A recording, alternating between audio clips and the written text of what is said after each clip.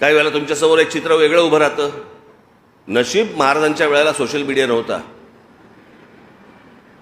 आणि आजचे पत्रकार पण नव्हते,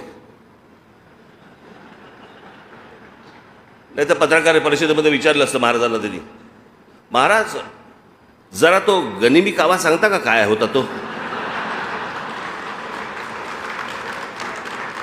त्या दिवशी इथे मी आलो, पुढे बसले आमचे पत्रकार बांधव, हा इथेच बसलेत सगळे. त्या दिवशी मी इथे आलो, पत्रकार परिषद घेतली.